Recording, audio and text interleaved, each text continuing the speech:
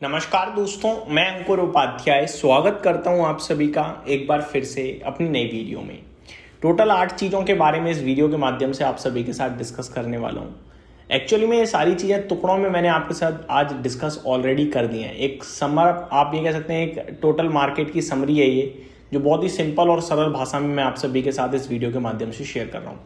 क्या 8 चीज़ें हैं? सबसे पहले अमेरिका का बाजार, ग्लोबल मार्केट्स, एक fresh round of attack start हुआ है। इस बार येमेन के हौतीज ने अटैक किया है इसराइल के ऊपर, और ये थोड़ा सा नेगेटिव मुझे ज़्यादा लग रहा है, क्योंकि जंग को ऑलमोस्ट 30 दिन होने को आ रहे हैं। 30 दिन बाद आपकी एक नई प्रॉक्सी ग्रुप अटैक कर रही है, तो ये थोड़ा डिफरेंट और थोड़ा ज़्यादा नेगेटिव है। चौथा, ईरान ने भी आज एक फ्रेश राउंड ऑफ अटैक कराया है सऊदी में। पांचवा, FIDIs का डेटा कल का। Next, stock specific news. ज़्यादातर स्टॉक्स जो हैं वो या तो ऑर्डर मिला है या फिर GST डिमांड नोटिस आया है। गोल्ड सिल्वर के बारे में थोड़ी सी अपडेट और कच्चे तेल की अपडेट। सबसे पहले अमेरिका के बाजार से शुरुआत करना चाहूँगा। कल अमेरिका के बाजार में हमने एक तेज गिरावट देखी, जहाँ पे एट द एंड अमेरिका में डाउ करीब 800 पॉइंट गिरकर बंद हुआ है, स्पेसिफिकली 793 पॉइंट्स। परसेंटेज टर्म्स में ये 1.73% की गिरावट होती है, जो कि अपने आप में एक सीवियर मानी जाएगी। लेकिन नेस्डेक इंडेक्स इससे भी ज़्यादा नीचे था, 2.25% नीचे नेस्डेक इंडेक्स आपको देखने को मिला। ग्लोबल मार्केट्स की बात करें अगर, तो एशियन मार्केट्स में गिरावट जरूर थी, लेकिन पैनिक नहीं था कल। भारतीय बाजार में पैनिक था, क्योंकि most of the Asian markets Thursday को क्रैश हो गए थे। थर्सडे को हमारा बाजार बंद था, हम लोग फ्राइडे को टूटे हैं, और फ्राइडे एशियन मार्केट ज़्यादा नहीं गिरे। जापान का मार्केट जो है निकाई, वो 0.4% नीचे था केवल। वहीं हैंगसेंग और शंघाई हरे निशान में बंद हुए हैं। हैंगसेंग आपके लिए 0.4% अप और शंघाई 0.6% की तेजी में था। बाकी कॉस्पी करीब 0.5% नीचे था। मलेशिया आपके लिए फ्लैटिश टाइप में ही था, कुछ खास नहीं था। बात करें ताइवान, तो यहाँ पे गिरावट देखने को मिली आप सभी को। यूरोपियन मार्केट्स में डेक्स तो गिराए करीब 1.5%, कैक में भी 0.9% के समथिंग की गिरावट है, लेकिन फिटसी रहा बिल्कुल फ्लैट। भारतीय बाजार की बात करें अगर, तो गिरावट काफी बड़ी थी हमारे बाजार में, करीब 500 पॉइंट निफ्टी टूट गया, 22,820 पे क्लोजिंग आई है। यहां से लेवल्स में देखा जाए तो 22,500 तक की जगह ओपन हो गई है। ऊपर 23,300 ऑफ रेजिस्टेंस के रूप में सामने आएगा। जल्दी से बाइंग लौटने के चांसेस कम दिख रहे हैं। वॉर और एस्केलेट होते हुए दिख रही है अभी तक। कल का दिन बचा हुआ है, रात में ही प्रेसिडेंट ट्रम्प के बयान आते हैं। कुछ बयान बदल गए तो कह नहीं सकते, नहीं बदले तो मैटर और गंभीर और ज्यादा खराब होता हुआ दिख रहा है।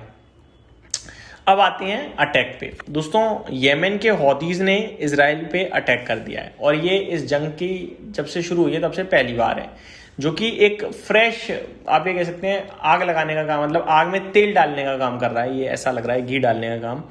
Yemen's Houthis launched a missile strike against Israel.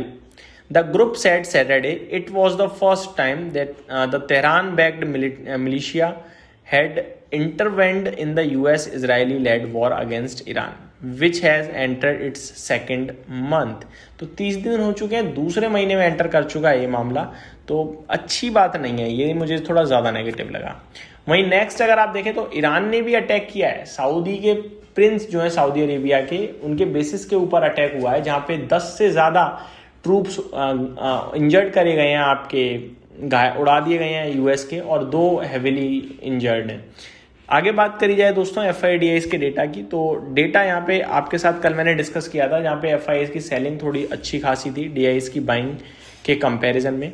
Future में भी बड़ी बिकवाली करी है FIDIs ने। फ्यूचर स्टॉक्स में 3418 करोड़ की बिकवाली है, और ये मैं थोड़ी डीप बड़ी मानूंगा। और फ्यूचर इंडेक्स में और बड़ी बिकवाली है 6330 करोड़ की, जिसमें निफ्टी करीब 4365 करोड़ का बेचा है, और बैंक निफ्टी 2000 करोड़ का बेचा।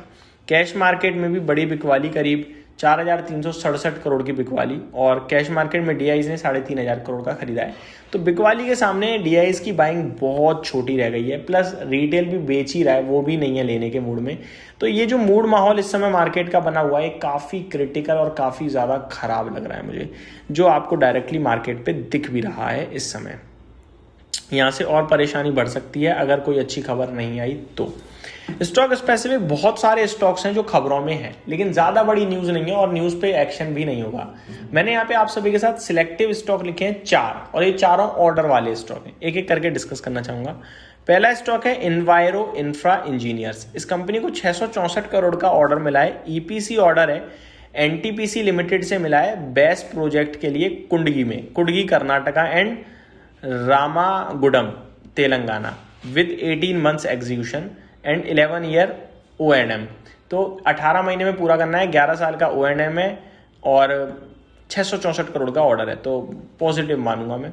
अगला स्टॉक है रेलटेल। 13 करोड़ का एक छोटा ऑर्डर मिला है मेरे को लगता है, तो इसका ज़्यादा इम्पैक्ट नहीं आना चाहिए। टीटा का रेल सिस्टम को भी एक ऑर्डर मिला है 226 करोड़ के समथिंग का, और दिलीप बिल्डकॉन को भी एक ऑर्डर मिला है, यहाँ पे 700 करोड़ का ऑर्डर है ऑलमोस्ट।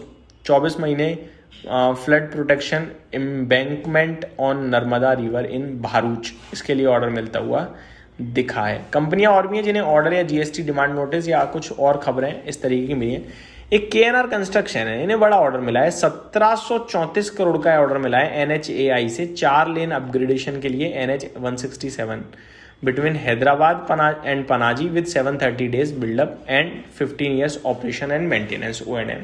तो 730 दिन का समय, काफ़ी लंबा ऑर्डर है और काफ़ी लंबे समय में पूरा करना है, तो ये एक ऑर्डर इन्हें भी मिलता हुआ दिखा है। तो ये कुछ स्टॉक्स हैं जो एक्शन में रहेंगे आपके लिए मंडे को।